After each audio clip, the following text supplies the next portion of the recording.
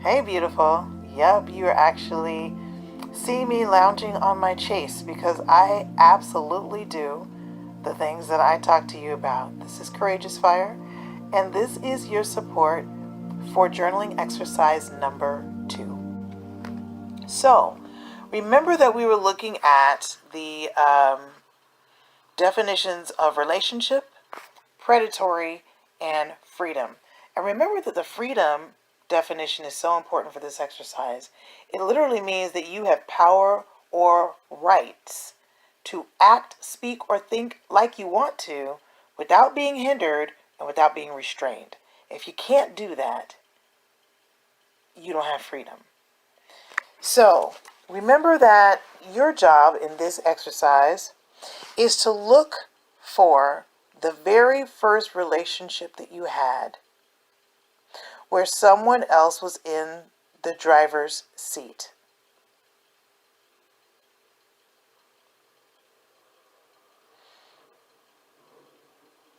And that this person had this way of literally taking moments from you of freedom. They made you feel like you couldn't act, speak, or think like you wanted to without there being something that was going to happen to you. Without there being a punishment, without there being some negative consequence of you acting, speaking, or thinking like you wanted to. With this person, it started off really, really small. At first, it seemed like those things that they were doing were kind things, were helpful things. And then you started to realize that those kind or helpful things started to swallow up all of you. All of your ability to act, speak, or think like you wanted to. Who's the first person that you can think of? And try to pick someone different than who you journaled about in exercise 1. Who is the person that you can think of that you first realized after you're looking back? You realize now that that's the kind of relationship that was with that person. Whoever that was, you're going to identify them. Who was that driver? Whatever their name was, on that page for journal exercise 2, where it says identify, and it says what was the name of that driver, write that person's name right there.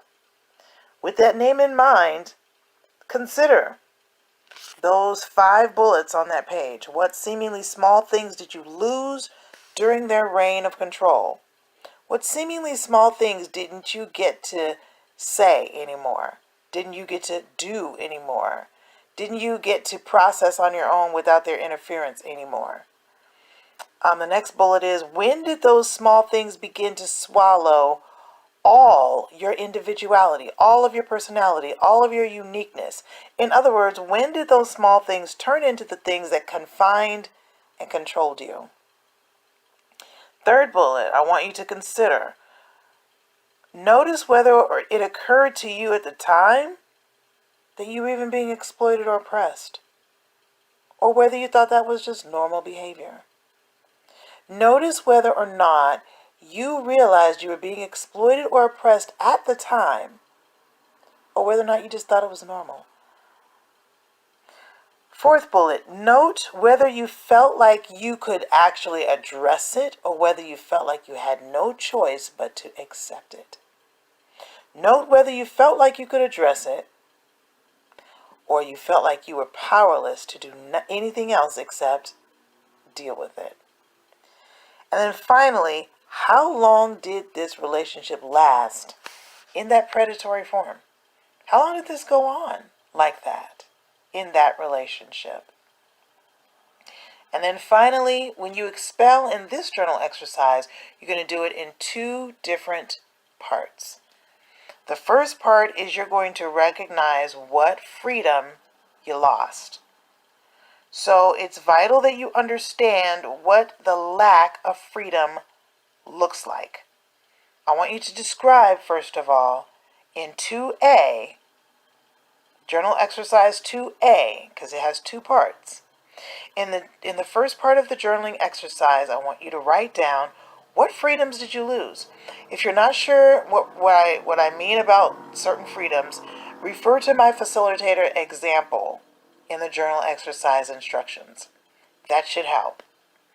And then number 2, let's look at who the captor was. It's important to realize that your freedoms didn't just get lost, like losing your keys or can't find your phone. Beautiful, this person truly understood that they were taking your freedom. So the freedom wasn't lost, the freedom was stolen, and the crime was deliberate. Knowing that, knowing those 5 bullets from the consideration section, knowing how you kept losing bits and bits and bits and bits and bits of you, what do you need to say to that person? What do you want to get off your chest? That's part number 2. Tell them how you feel. Tell them how you feel now that you realize what was going on. Tell them about it. Because remember, they have to sit there. In these exercises, you are the one that is in control. It's not a conversation. You get to say what you need to say uninterrupted, and they have to listen. They have to stay, and they have to listen. Do not censor yourself, beautiful. Anything you want to say, any way you want to say it, please do. If you want to put 10 exclamation points, if you want to write it in all caps, if you want to use so-called bad language, get this stuff out because it lightens your load. Okay? I know you can do it. You did a great job in journal exercise number 1. You're starting to get the hang of it. I know you can do it. So here you go. This is your support for journal exercise number 2. Get busy, write it out, get it out, and I'll see you soon. I'm Courageous Fire. Blessings.